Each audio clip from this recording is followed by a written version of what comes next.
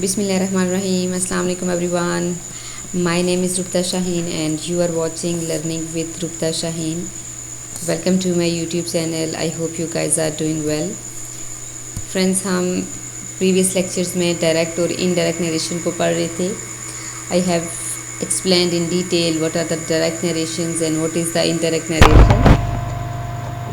And after that we have learned about the rules to change the assertive sentences into indirect narration कि हम simple sentences को indirect narration में कैसे change करेंगे. उसके बाद हमने interrogative sentences को सीखा, उसको change करने के rules सीखे.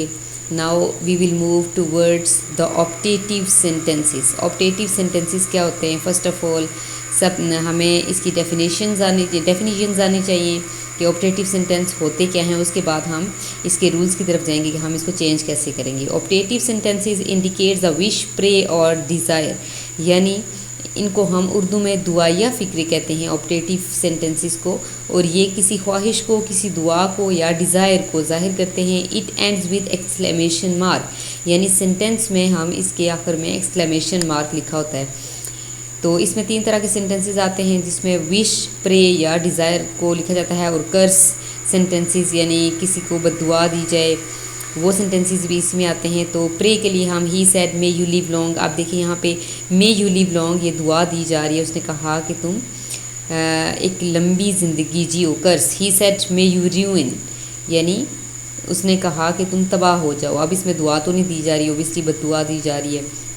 Wish he said would that I were a king, यहाँ पे वो ख्वाहिश कर रहा है, यानी एक ऐसी ख्वाहिश जो इमेजिनेशन में की जा सकती है, यानी कि वो एक ऐसा ख्वाहिश को ज़ाहिर कर रहा है जो काश में तब्दील हो गई. यानी आई का इस्तेमाल हम वर का इस्तेमाल आई के साथ तभी करते हैं जब कोई हम ऐसी ख्वाहिश का इजहार करें जो पूरी नहीं हो सकती. तो यहाँ पे he said would that I were a king. तो इसको चेंज करने के रूल्स हम पढ़ लेते हैं. How to change the optative sentences in indirect narration. There following rules to change the optative sentences into indirect narration. That is used, change in pronoun होगा, यानी यहाँ पे हम कोमा और इन्वर्टेड कोमास को हटा के दैट का इस्तेमाल करेंगे. चेंज इन प्रोनाउन है, चेंज इन टेंस है, चेंज इन स्पेसिफिक वर्ड्स है, और the most important reporting speech said is change into prayed, cursed और विश्ड. यानी सेट को हमने या प्रेड में हमने अपनी अक्ले सलीम से यहाँ पे काम लेना है कि हमने देखना है वहाँ पे जो रिपोर्टेड स्पीच में सेंटेंस यूज़ हुआ है उसमें दुआ दी जा रही है, कोई बद्दुआ दी जा रही है या किसी ख्वाहिश का इजहार किया जा रहा है. तो फिर उसके अकॉर्डिंग हम उसको प्रेड, विश्ड या कर्स्ड में चेंज करेंगे, और उसके बाद सेंटेंस को हमने सिंपल सेंटेंस में चेंज कर देना है. एग्जाम्पल्स ऑफ प्रेयर सेंटेंसेस, यानी ऐसे सेंटेंसेस जिनमें दुआ दी जाए.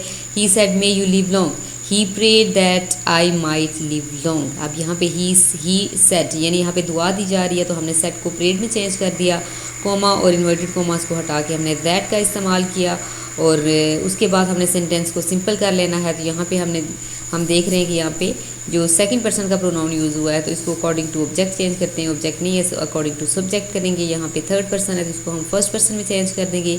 आई माइट लिव लॉन्ग, अब क्योंकि ये पास्ट में है तो मे की थर्ड फॉर्म लगेगी, I might live long. He said may she pass the exams, he prayed that she might pass the exams.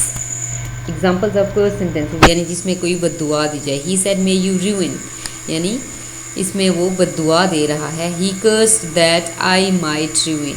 The lame women said to him may you lose your eye sight. The lame women cursed him that he might lose his eye sight. आगे है examples of wish sentences, यानी ऐसे sentences जिनमें हम किसी ख्वाहिश का इजहार करते हैं.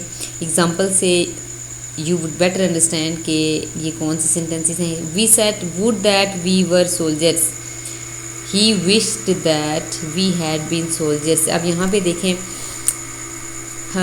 वुड दैट का इस्तेमाल जहाँ पे होगा इसका मतलब है कि ये हमारे जो सेंटेंसेस हैं वो जिस इसमें ख्वाहिश का इजहार किया जा रहा है. ओ दैट, वुड दैट का इस्तेमाल जहाँ पे हो तो ऐसे सेंटेंसेस विश, ऐसे सेंटेंसेस होते हैं जिसमें विश का इजहार किया जाए, किसी ख्वाहिश का इजहार किया जाए, वो होते हैं. इनको हम चेंज कैसे करते हैं कि हम वी विश्ड, अब हम सेट को विश्ड में चेंज करेंगे. कोमा और इन्वर्टेड कोमास को हटा के हम दैट का इस्तेमाल करेंगे. उसके बाद हमने देखना है कि आगे हमारे पास प्रोनाउन कौन सा है.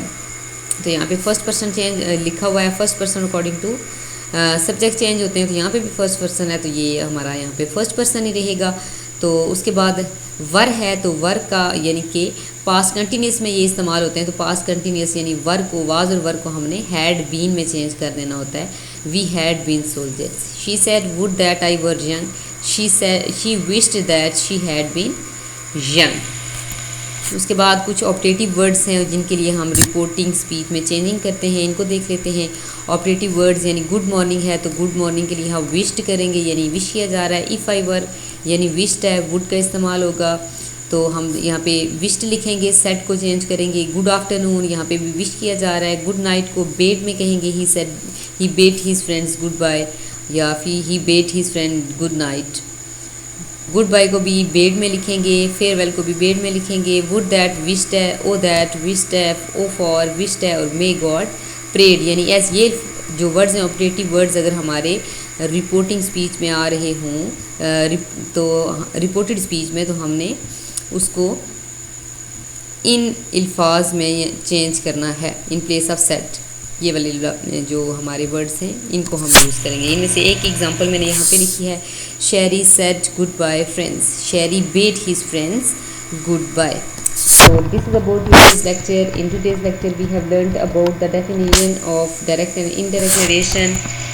उसके बाद हमने देखा कि यहाँ पे ऑपरेटिव सेंटेंसेस की डेफिनेशन क्या है, और हमने इनको चेंज कैसे करना है ऑपरेटिव सेंटेंसेस के रूल्स हैं। उसके बाद हमने देखा कि इसके तीनों रूल्स यानी prayer sentences, curse sentences and wish sentences को हम कैसे चेंज करेंगे। उसके बाद ऑपरेटिव वर्ड्स जो हैं हम उनको इन प्लेस ऑफ सेट कैसे लिखेंगे, और उसकी एक एग्जांपल भी दी गई है।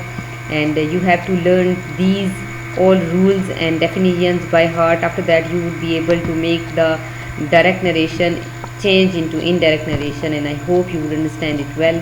And if you have any question you can ask in comment section. Must give your feedback, also like the video and subscribe the channel, and see you in the next lecture inshallah taala. Take care. Allah hafiz, fi amanillah. Assalamu alaikum.